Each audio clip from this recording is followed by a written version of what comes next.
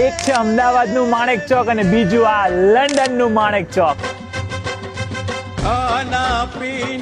ખાલી નામથી જ માણેક ચોક નથી ભાઈ, અહીંયા મળે છે 100 થી પણ વધારે દેશી food item. But don't worry, હું તમને કહેવાનો છું મારી top 5 favourite dishes from Manek Chowk London. हाँ दीजिए आपके हाथ का चाट खिला दो.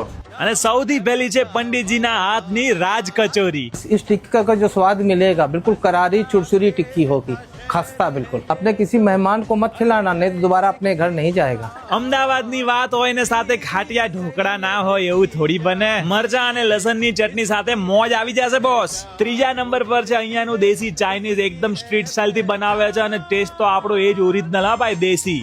ये मानिक चौक की पानी पूरी है, एक बार खाओगे तो बार बार आना ही पड़ेगा.